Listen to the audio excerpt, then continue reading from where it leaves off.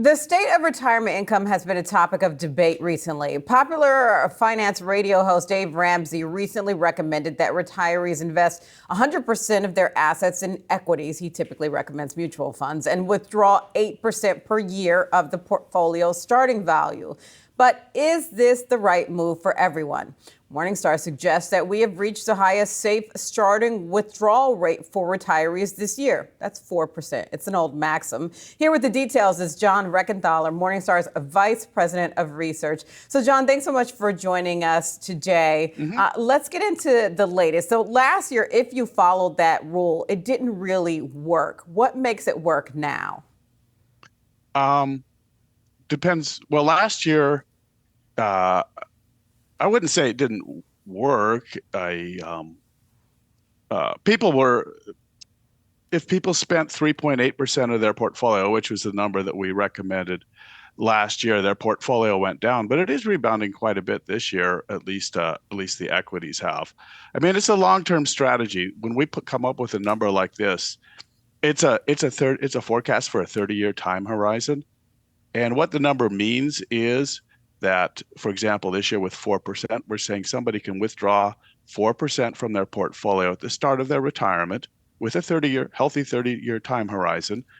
And each year, so that would be, say, on a $1 million portfolio, $40,000. And each year they can increase that $40,000 amount by the level of inflation. So it's inflation adjusted, as with, say, Social Security payments. And that's an important feature of these calculations to understand, is we do intend to maintain the purchasing power of investors. So it comes and goes. Last year was a tough year for anybody who started to retire, but this year certainly has been much better. So for those people who did start to retire last year and didn't do as well, there's always, with regard to that, or even people retiring now, because people are living longer, the worry about outliving their money. What do you say to that with your base assumptions in this latest research? Well, the important thing to understand is we have a conservative approach. When we're forecasting and saying, okay, people can spend, this year it was 4% of their nest eggs. For one, that's over a 30-year time horizon. So that's pretty long. If somebody's 65 years old, even with longer lifespans today, that's taking you out to 95.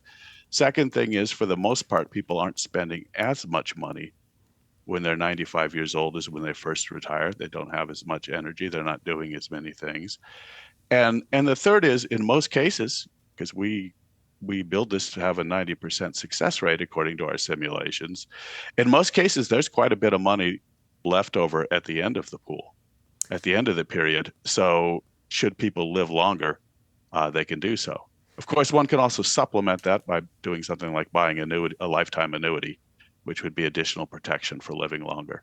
So what is the balance that investors then should have in there when you're thinking about retirement portfolios, whether it's a traditional IRA, Roth IRA, or 401k, especially when you look at what the data suggests about how much people have? I mean, the average balance, when I looked earlier this year, or the last data for earlier this year, was in six figures, and it wasn't necessarily in the high six figures. This was the average. And when you think about the cost of living in general, what should the balance of people's portfolios be to protect for the future?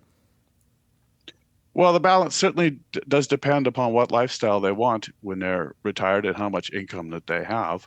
I mean, I threw out that $1 million number. That's not a bad number to try to achieve. It'd be a very difficult number for somebody who's a lower wage worker, and not so difficult for somebody who's a professional and contributing into, say, a 401k plan for many years.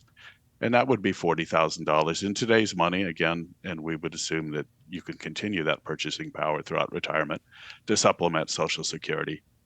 But of course, that issue is, in a sense, it's a bit of a foregone conclusion with our report, since we're projecting what people who have retired or are retiring and are at that point could do going forward.